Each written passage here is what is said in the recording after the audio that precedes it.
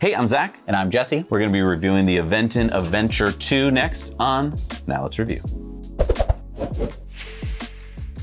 All right, so let's start off with this bike. This is we got a big one. You can get a regular sized one. Yeah, so this is the large. There's also the regular. So regular goes from 5'3" to 5'10". Large goes from 5'10" to 6'4". So this is the large. And I just make the cutoff on fitting on this bike, and I would say that I actually do fit rather comfortably. You just make the cutoff? You're just in the middle. What are you talking about? I'm 5'11". You're 6'1". No, I'm not. I'm 5'9". Yeah, and then you add just the 2 more inches, and you have 5'11". Oh, well, I fit on it. I'm not 6'1". I think you are. I fit on this. I fit on this, and I am 5'9", and Yeah. I'm shrinking. So I think maybe, I think you can be whatever. Yeah. This is, it's nice that there's choices. Yeah. But I will say what's really nice about this style of bike with the 4-inch tires and everything, we've talked about this, I think, going back to the, what was the one we just reviewed? Hovsko. The Hovska. For bigger riders, it feels proportionally right for your body. All right, so let's get into some of the stats. So it comes with a 750 watt hub motor. Right, that's nominal. Peak is 1130 watts. Yep, it feels pretty decently powerful. I will say that it has a lot more top end torque than it does low end. So for going up slow hills, it seems to, the gearing on it, it's almost like it's in a higher gear. So it doesn't have as much torque at lower speeds. Oh, but once you get up to speed, then it gives it to you? Okay. Which I think that I like. It's better than having something that you think that you're gonna be flung off of as soon as you go. I think that it was smart that they went with that gearing. Also, probably the most important thing is that it's torque sensing. I love torque sensing bikes now because most e-bikes that we've tried have been cadence sensing. And the way that cadence sensing works is that as you pedal, the bike is just seeing if the pedals are moving. If the pedals are moving, most cadence sensing bikes will simply turn on the motor, bring you up to a set speed that you set with like 1, 2, 3, 4, 5, and that brings you from anywhere from 8 miles an hour up to 23. With torque sensing, it's detecting how much you're pushing the pedal, how much torque you're applying to the crank, and that in turn determines how much the motor is putting out. Yeah. And that makes you feel like you are Superman on a bike. Yeah, it's just nicer, it's smoother, it's just integrated into you. It feels like it's an extension of you. And another cool thing about torque sensing is that it means that you can get a much better workout.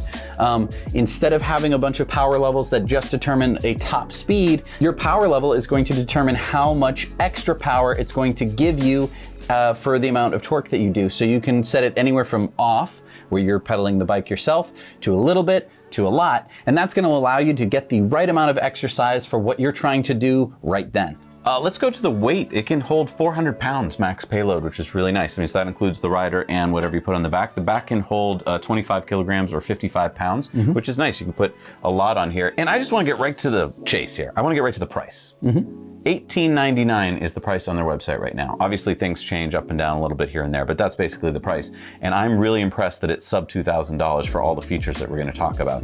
And what I'm noticing right now on their website, I don't know how long this will last, but you can get the extra battery for only $299. So for a lot of people, they want a second battery to keep it work or something, and usually that's up in the $500, $600, $700, $800 price range. To get it down in the $300 price range is a really nice option you should really think about. And what you're getting for that is, we just talked about the Hovscout. You weren't getting a rack, a rear rack. You weren't getting the fenders. Those are usually add-ons that are usually in the $100 price range each. So you're getting like $200 worth of extra stuff included. And I do have to stress that the rack and especially the fenders make this a much more everyday kind of bike than I would say one that doesn't have fenders, because if it's a rainy day, if it's pouring, I get it, you'll probably take your car to work. But if this is like maybe going to be a mode of transportation for you as opposed to just being a fun toy, then the fenders actually make this work. So on a day where it has rained overnight and in the morning it's nice enough out for you to go riding, but there's puddles everywhere,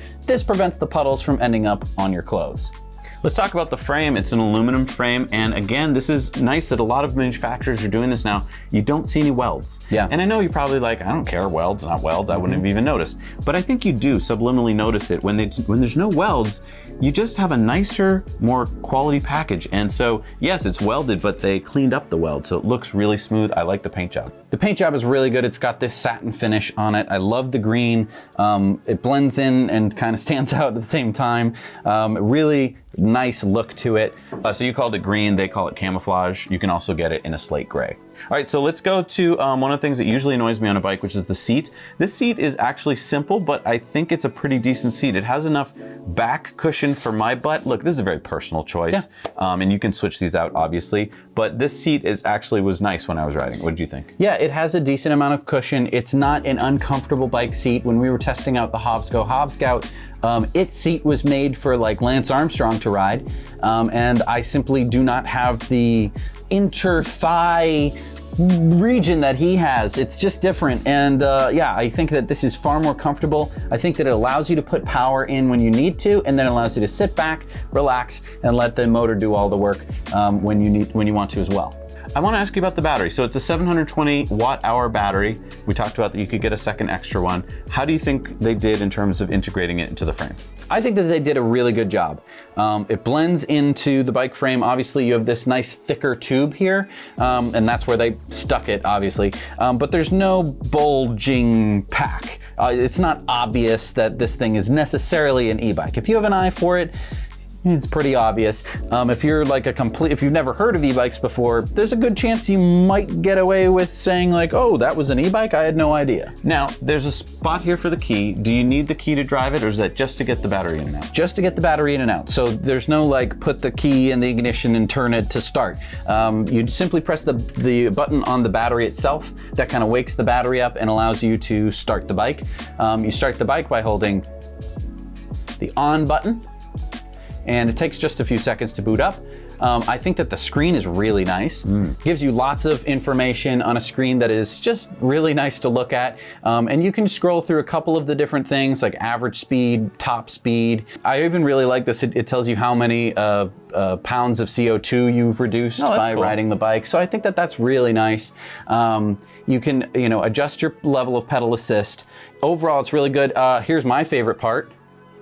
Blinker. Oh yeah, can we talk about these? Yeah. So these side blinkers in the back, I think it's the first time I had seen a bike with this particular setup. I think it's really effective. Yeah, so you have not only blinkers, but really well integrated brake lights. I really like the look of these. And so it's just you can see them off angle, by the way. It's not just from behind. You can see it, if you're 45 degrees behind. Even if you're 90 degrees to the bike. Yeah. I think that that's really, really strong. And they do shut off after about 10 seconds. So you're not gonna be driving down the street with your blinker on like an idiot like I do. Nice. All the time. You're always yelling at me. Yeah. Yeah. Well, not in my car, because obviously it has the automatic thing, but on bikes, how do you shut it off? And so yeah, it just automatically shut off right there. Let's talk about brakes. So are these the regular old style cable brakes, or are these hydraulic? These are hydraulic brakes. I love hydraulic brakes. They make everything a little bit more granular, a little bit smoother, because it's based on pressure as opposed to how far you're moving the lever. I mean, it is about how far you move the lever, but you can really give it an extra squeeze, and that gives it's a force multiplier. Yeah, really nice brakes. You can lock up the back tire. I was able to do that. So it is something to think about. It doesn't have anti-lock brakes or anything like that. Most bikes don't. You'd have to get into multi-thousands of dollars to have anti-lock brakes on a bike. It's a bike. Of course, you can get up to some pretty high speeds. So this has a top speed of 28 miles an hour, which is pretty serious. So I'm really glad that they have the hydraulic brakes. It doesn't, stop on a dime, mainly because you're no longer 10 anymore, and your bike, this bike weighs more than you and your bike did when you were 10. Yeah, at 77 pounds, I would not want to be hefting this onto a bike rack because, well, with my back, I would throw it out. But 77 pounds, that's a lot of weight. Now you can take the battery out and save a few pounds there, but I just want to point this out. If you're going to be moving this bike around yourself on and off of bike racks, you better be very fit. Yeah, so this is probably the biggest problem with this bike, I would say. Now, it's a total engineering trade-off. Do you want fat tires? Do you want a 750 watt motor? Do you want a battery that's gonna be able to power you for long distances? And a nice big comfy frame with suspension and all sorts of stuff? Okay, well the bike's gonna weigh 77 pounds. Right. That's just a fact of life. Could you make this out of carbon fiber? Sure. Would it cost $1,900? No. So everything's a trade-off here. I'm not gonna say that 77 pounds is too heavy or too light for you. You have to make that distinction. It's lighter than most motorcycles, so it's not gonna fall on you. But yeah, getting it up and down from places. I mean, if you live in some, 3-story walk-up, you probably not the bike. Probably gonna want to take the battery out, leave this locked up outside. You're not gonna carry it upstairs with you, and that's obvious. But yeah, and as you get heavier, it's hard to get the range to keep being as long, and that's why I was surprised that they say that this has a 60-mile range. I've got to believe that's only at lower speeds when you're doing most of the pedaling.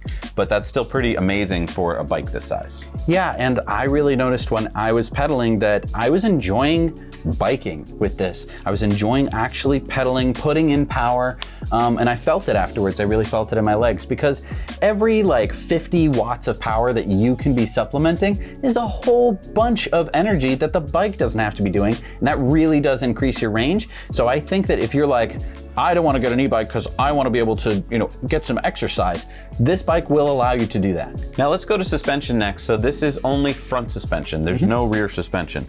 And so while that's great, I do want to ask you, how did it feel when you're doing any of the off-roading? It felt great. The front suspension felt really good. Some bikes have it's not as smooth as this one. You can see how far I was able to go based on the kind of the dirt on the outside. And yeah, I think that it worked really well. Could you spend a little more money and get something without a hardtail and some rear suspension? Sure, but again, you have these ginormous tires. I think that's how they got you to $1,900, was they, saved a couple $100 by not doing that rear suspension. I think that's a big question for you if you're in this class of bike, is do you need the rear suspension? If you do, this might not be the bike for you. So if you're gonna do tons of off-roading, maybe you should think about that. If just there's a little off-roading here and there, you don't need it. Because personally, I don't think that I'm gonna be taking this off of jumps or anything like that. I'd love to do some trail riding with it. I'd love to, get into my local community in a way that I think with a normal bike, you'd say there's roots. Well, this will handle That's roots. A really good example. So if you're going along some rail trail and then there's part of it that's unpaved, this is a perfect bike for that, because when you hit that, you're gonna feel really confident. Whereas if you're on a road bike and you hit that, you might not feel very good. Yeah, this is gonna eat gravel for breakfast, dirt roads, no big deal. Even the puddles that you're gonna have in dirt roads and stuff like that, it's gonna be able to handle it. Will it be, comfortable like it's some kind of Cadillac? No. But honestly, most Cadillacs can't handle dirt roads either. There is an app for Android and iOS. It's pretty basic, but you can also share your rides with your friends, which is kind of a nice feature. And then I just want to talk about where you would put accessories like a water bottle. This is the mounting place right here, because on e-bikes that can be a difficult thing to figure out. And so that I think will work for most water bottles, which is good. Of course, you have the rear rack, so if you wanted to mount a jerry can full of water, you could. Yeah. All right, so let's talk about the gears on this. It's an 8-speed. Yes, it's a Shimano gear set. Gears felt pretty good. I liked the top gear. Didn't feel too high, didn't feel too low. I was able to put in effort all the way up, past 20 miles an hour. Some e-bikes really struggle with that, especially when they're cadence sensing, because you keep pedaling and you're pedaling as fast as you can, and then the motor exceeds you and then you're not doing anything. So with the torque sensing, it's really nice. It lets you get up to a nice high top speed. It also lets you get down really low. So if you shut off the motor, you could tackle a hill all by yourself. Does this have a thumb throttle? Yes, it does. I hope I don't launch it off the table. It does. And the nice thing is, if you notice, I have it here on the table very dangerously and precariously placed.